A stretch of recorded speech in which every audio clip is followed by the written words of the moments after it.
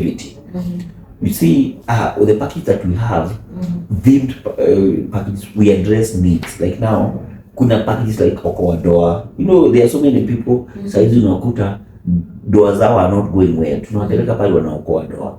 You know, kuna ingiza drain box na bonfire. You know, there are so many. Tell me about that. I'm still single. So I need to go for that. You know, we came up with an idea where we were able to combine. Okay, I think we're going to. We do Masai Mara every day. From people different the world, even other companies bring people to us and we take to them. Now, when you go to Masai Mara and you are alone, you meet another person, a Mzungu who has come, and anaenda peke yake. Because what we did, we combined you guys in one vehicle, so that reduces the transport cost. It can reduce transport cost. Mnaenda tukim.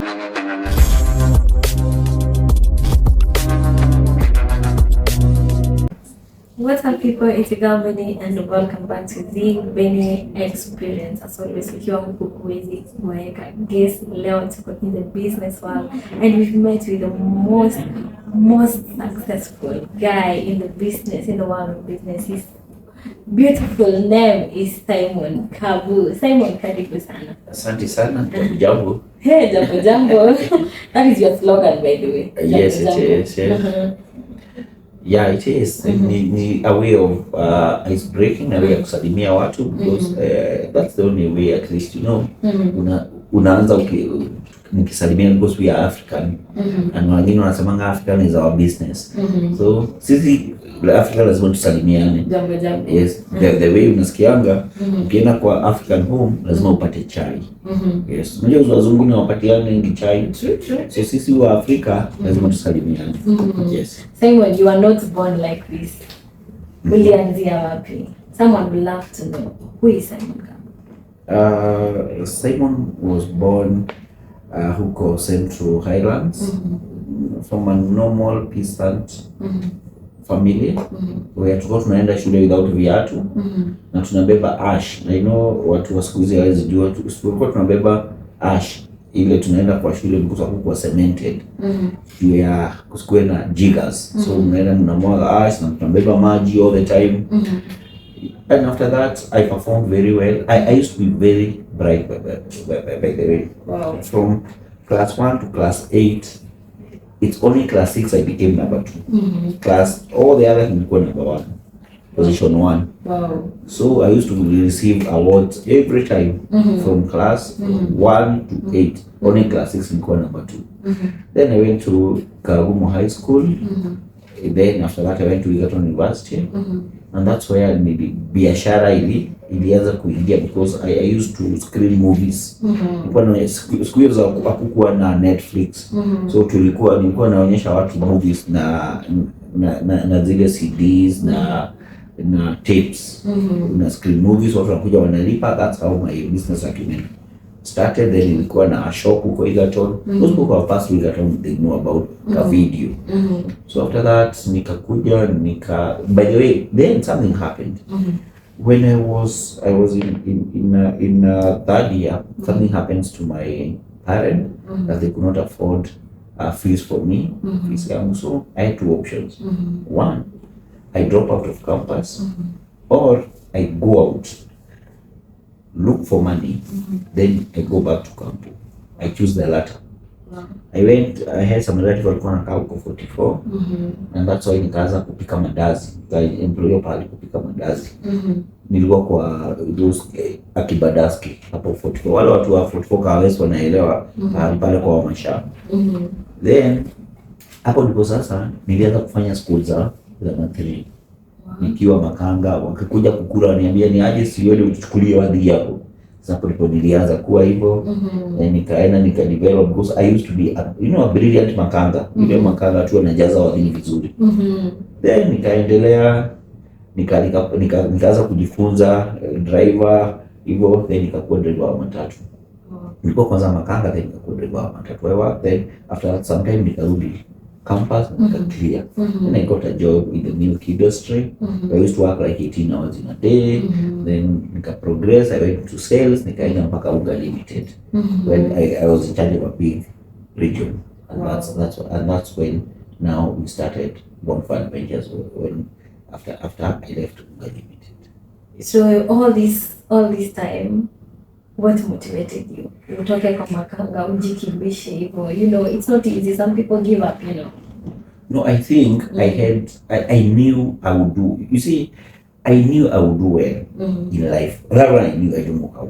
Because nilikuwa na bidii. Was it a gut feeling? Yes, I had a gut feeling, najua.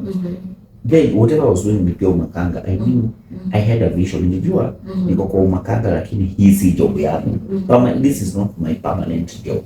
So I was advancing ili nipate job wengine. Najua hii ya makanga niko lakini natafuta fees nirudi kampuni nimalize, but nitapata whatever I am meant to do. And that's when I went to sales because I knew I want to be a sales related thing. And that's where eventually nikaingia huko. Yes. Wow. So maybe kwa business industry, what is the most difficult problem you've ever faced? You see, most business like me, sasa, whatever we face, the finances when we were starting, exactly with very little money. But ukakuta kuna time biashara iko mzuri, then hatuna finances. At one particular time tukauza gari tulikuwa nayo, then tuko na gari lakini hatuna pesa. Sasa ikabidi tuiuze ili sasa tuweke pesa kwa biashara so that isimame. So finances were one of the biggest challenges. Then after that tukaendelea, then human resource challenge tukaanza kupata. We were looking for people we could employ na hatukuwa tunapata the right people. Yes, tunapata watu then hawafanyi kazi vizuri hivyo, something like that. But eventually we were able to put system in place na tuka Bonfire ikaanza hapo na tukaendelea kidogo until put systems in place. Yes. So right now, Bonfire Adventures, we see you travel all over the world. Which is the most favorite country you've visited? There are many, because each country is unique in its own way. But the country that I have loved most is Maldives. And a country that you never get bored again in Dubai, because Dubai I think they made over 20 plus times. And every time I go to Dubai, it's a new place for me. Yeah, so Dubai, I feel too. Hata ukienda tu saizi kulikuwa desert hapa, unakuta saizi kuna skyscrapers. Hivyo, yani it's so new, a new thing every time.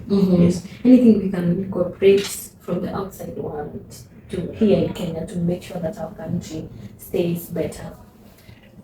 There are so many things that, you know,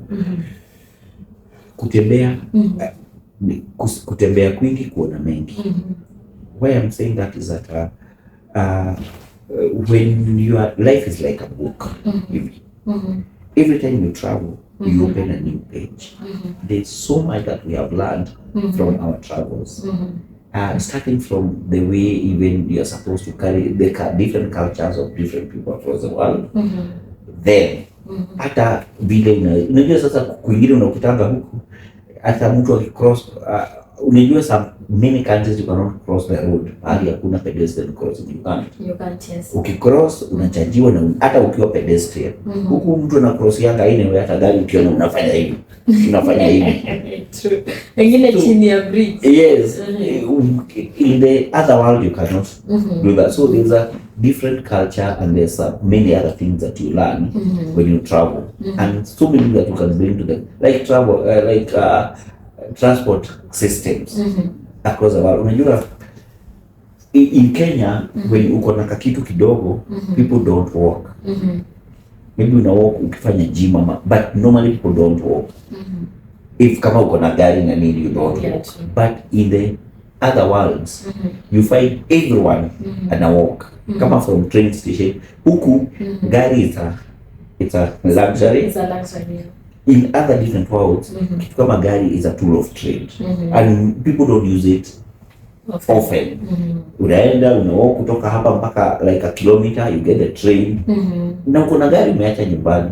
That's how so many things that we can learn from different worlds. Then unakuta right now in Africa, many people when they go for holidays it's last minute. Then umepata pesa ndio unasema tutaenda wapi, na sasa hiyo ni Christmas iko karibu. In other worlds, like now sasa kuna watu wameplan 2 years ahead. Wamebook 2 years. Sasa anajua 2 years ahead nitakuwa wapi, na amebook. That's what happens. People plan early and that make them end up paying less because they book early when the rates are, and there are offers that normally come. Kenyans, we don't take offers most of the time unakutanga because it's last minute. Leo unataka kubook leo for tomorrow or leo for next week. Some people book years or a year before, and they are able to get good rates. They're able to plan ahead. Yes. Before we get out of the world of business, what is one advice you will give to someone who's starting a business today? One advice I'd like to give to people who are starting any business is that there's always a market for anything in this world. And the only thing that you need to do is to become unique. Bonfire Ventures, why we have been number 1 for over 10 years, being the biggest promoter of women's tourism for over 10 years. Right now, I think it's 12 years. Staying number 1. Saying number 1 video, it's difficult for over 12 years. It's because we were very unique, and we are very unique. The creativity. You see, with the package that we have, themed packages, we address needs. Like now, kuna packages like Okoa ndoa. There are so many people, saizi unakuta ndoa zao are not going well. Tunawapeleka pale wanaokoa ndoa. Kuna ingiza dream box na Bonfire. There are so many. Tell me about that. I'm still single. So I need to go for that. We came up with an idea where we were able to combine. Okay, I think we're going to. Right now we do Masai Mara every day. From people different the world, even other companies bring people to us and we take to them. Now, when you go to Masai Mara and you are alone, you meet another person, a Mzungu who has come, na anaenda peke yake. Because what we did, we combined you guys in one vehicle, so that reduces the transport cost. It reduces transport cost. Mnaenda tukidrop in some hotels. Zile ziko karibu. So you can be, wewe unalala kwa hiyo hoteli, kwa gari moja, unalala kwa hiyo hoteli kwa gari moja. Now, there are so many people wamekutana kwa group zetu na wameoana. You're not serious. Very many. The Bonfire babies that have been born. You're not serious. Haya. Sasa kama wewe utafanikiwa, you need ufanye hivyo. Na sasa ndio nilisema, those people una print business cards. Hata kama hauko job, una print business cards, unasema fulani students of fulani hivyo.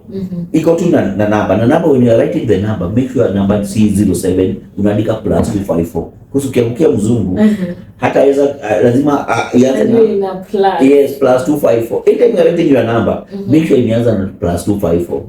Then watu kwa gari siwapatie kadi moja tu, utasikia ataku. There are so many.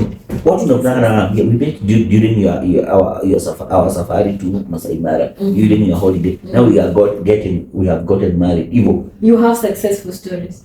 They are like more than 1,000. Wow. So imagine watoto wale wamezaliwa, tunaweka Kasarani na watoshe hapo. Bonfire babies. We can even ask on viewers.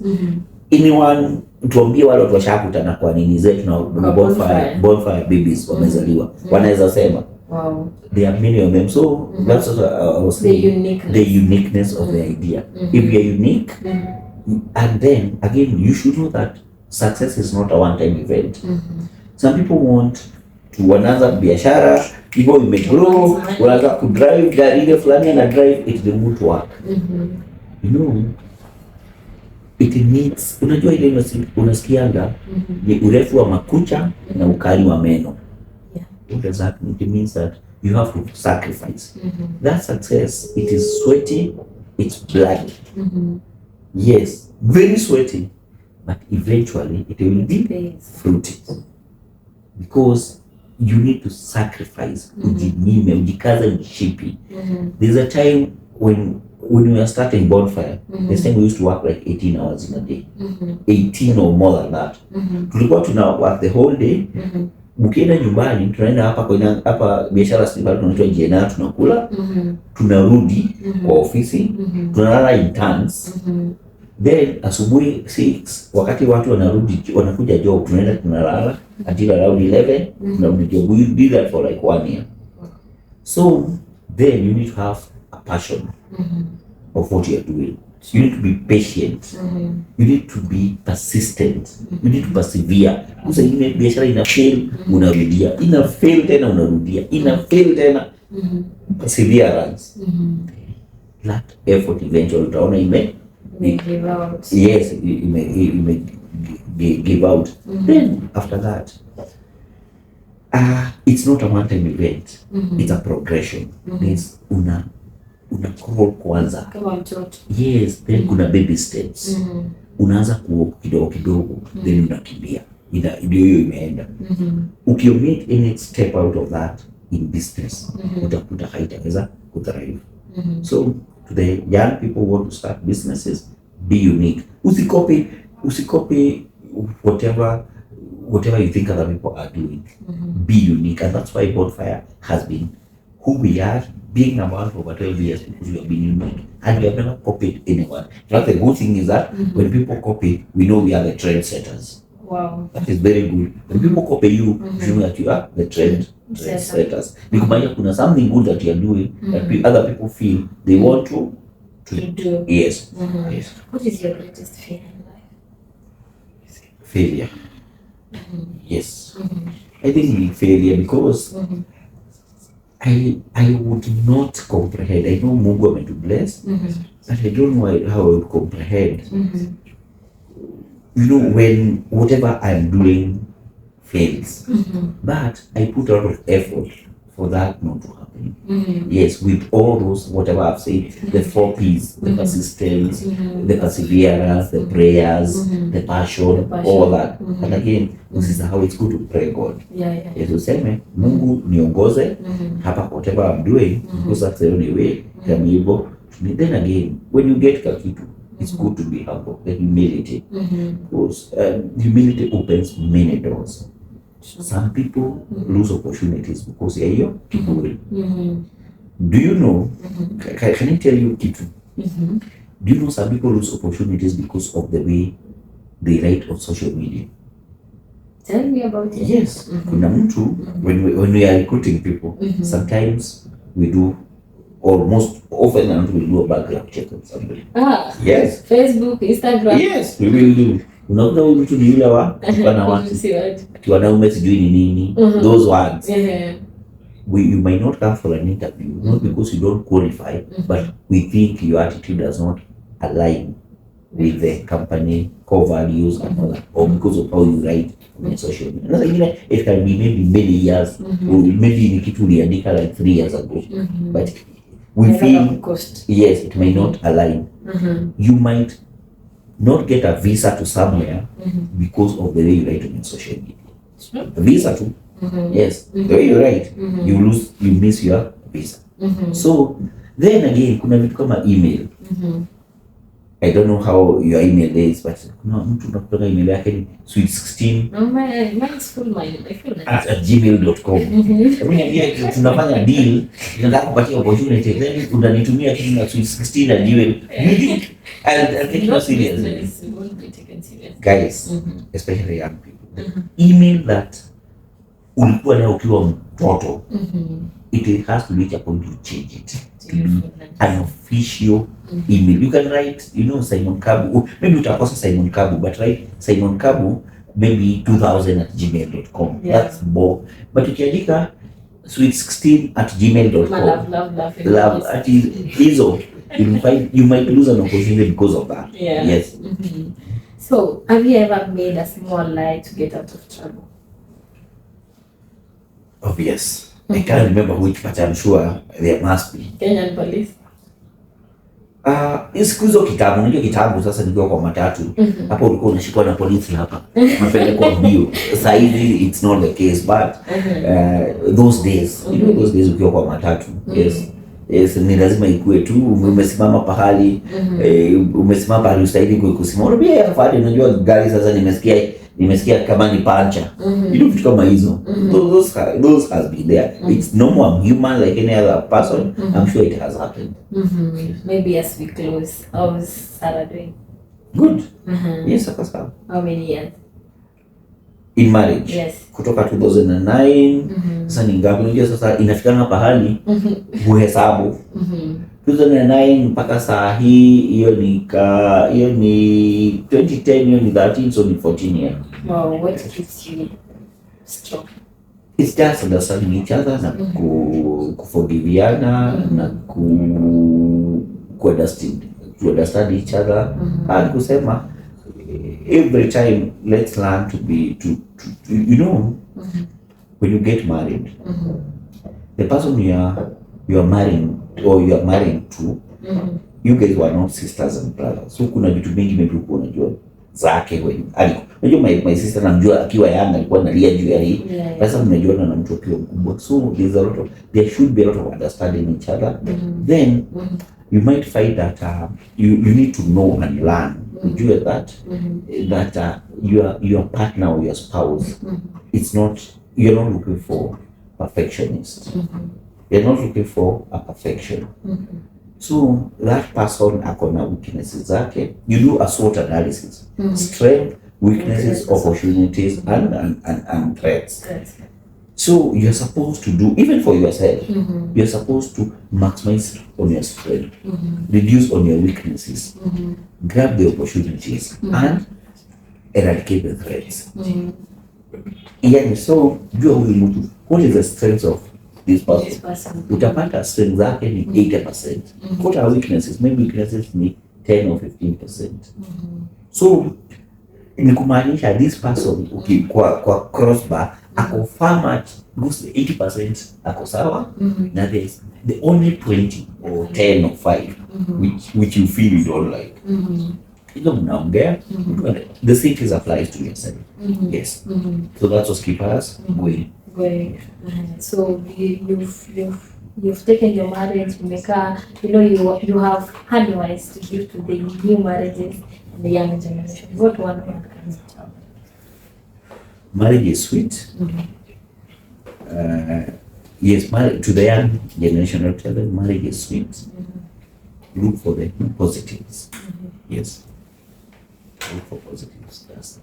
Okay, maybe you talk to your customers, you have supporters, everyone, and by the way it's your birthday, I know, happy birthday. Oh, thank you so much. Yes, it's my birthday. To my potential current clients and fans, I'd like to say thank you so much. You are the one who has made me to be who I am. Every time when hata nimeona juzi nimekuwa sijui kuna pale nimekuwa hata mtu amenitumia sijui nimekuwa nominated sijui the CEO of the year somewhere in the US. Wow. Kitu kama hiyo saa hii. Congratulations. Imagine hata sikujua, so that all those awards and accolades is because of the support that I get from Kenyans and people, including people in diaspora. Thank you so much, and that's why I wake up every morning, because I know I address a need, including to my team, to the customer. Our work is to make sure people are happy. Holidays, do you know how many, I'm not a doctor, but do you know how many people we have prevented from getting the stress or stress-related diseases? Very many. Because when you travel, stress in a reduced inaisha. So I still feel our job is like a calling from God. Because it's like the way doctors do. Na sisi tuna treat stress before ikuje. Watu wanaenda wanafurahi, wanakuwa tu wako sawa. So guys, anytime, and please follow us as I would say on our Instagram, Facebook, kila pahali, niulize maswali hapo, nitajibu. And I am mentoring young people in business right now, and many other things ninaweza kumenta. I do live ask Simon Kabu, na tunaweza kuongea ili, and I go and visit businesses. Every Friday I go and visit a new business. Ukitaka nikuje kwako. Yes, sawa. Ukitaka nikuje kwako, nitakuja na ni visit so that I sample. Sawa. Asante sana. It's been one-on-one with the one and only Simon Kabu. Umesikia? Tuna mengi ya kumuuliza, lakini hiyo tutaweka after birthday. Tumuulize mbwembwe kidogo. Ndio? Niko ready. Uko ready? Asante sana.